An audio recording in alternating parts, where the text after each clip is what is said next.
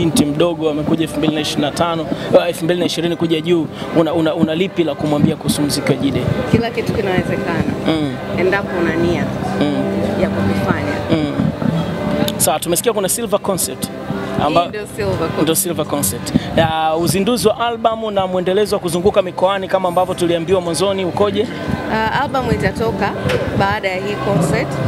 Na tukitoka hapa Dar es Salaam tarehe 20 tutakuwa Royal Village Dodoma, na tarehe 27 tutakuwa kwa Tunza Beach Arena Mwanza. Na tutawatangazia kama kutakuwa na mkoa mwingine tena, lakini kwa kuanzia tumeanza Dar es Salaam, tunakwenda Dodoma, alafu tutakuwa Mwanza. Kuna kipi ambacho kimejificha kwenye diary ya Jide?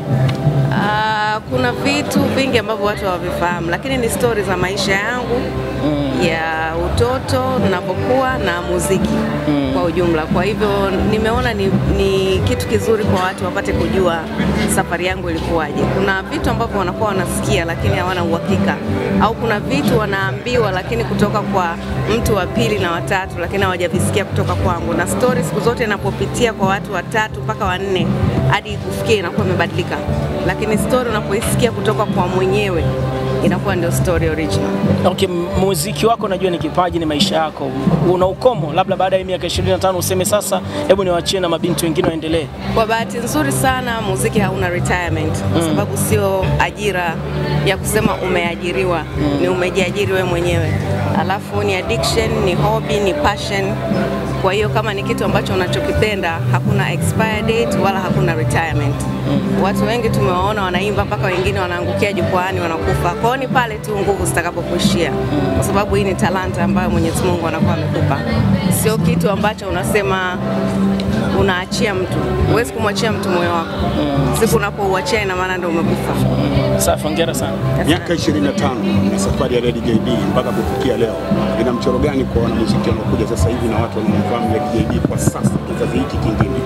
Nafikiri mchoro halisi ni picha kubwa ya kuwa imara na kukiamini kile unachokifanya. Na kwenye miaka 25 yako leo, wakati unaendelea kufurahia, unakumbuka ni tukio gani ambalo lilikurudisha nyuma lakini ulikuwa ni mwanamke imara ukasimama nao? Nafikiri leo kwa kuwa tunasherehekea na tunafurahia ushindi na mafanikio, ni vizuri kufocus na mambo mazuri zaidi kuliko kufocus na mambo mabaya. Kwenye album ya Silver leo tunakwenda kushuhudia Lady JD wa namna gani? Lady JD ambaye mnamfahamu na Lady JD ambaye hamumfahamu na Lady JD mnayempenda. Asante. Pia show ya leo umeidedicate kwa wanawake watatu kupitia Rais wa Jamhuri ya Muungano wa Tanzania, Tina Habash pamoja na mamangu mzazi, sio mwanamke mwingine. Yeah, have some respect. Wana nafasi gani kwenye maisha yako na wanamaanisha nini hasa katika siku hii leo?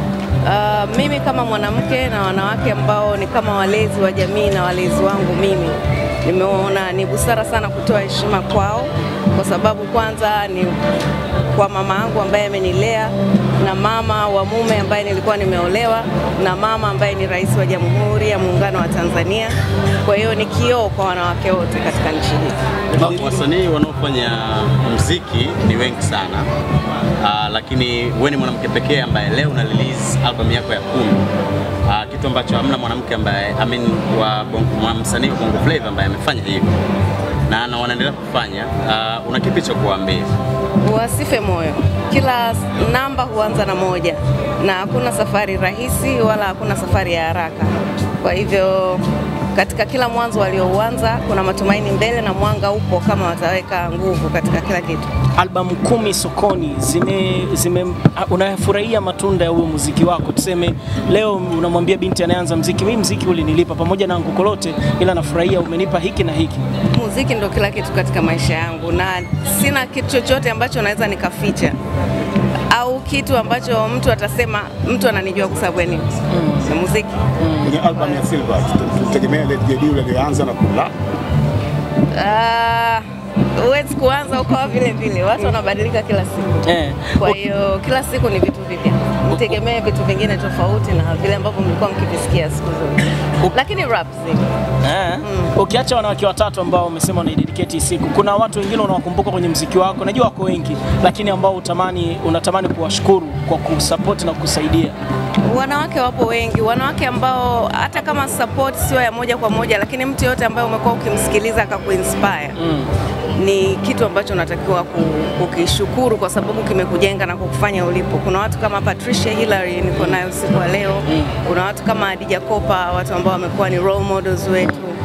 Kuna wengine wa nje ya nchi ambao hata hatujawahi kukutana, kwa hiyo shout out kwa wote. Ukiacha wanawake, mwingine nani unatamani umshukuru siku ya leo kwenye muziki wako ameplay nafasi kubwa?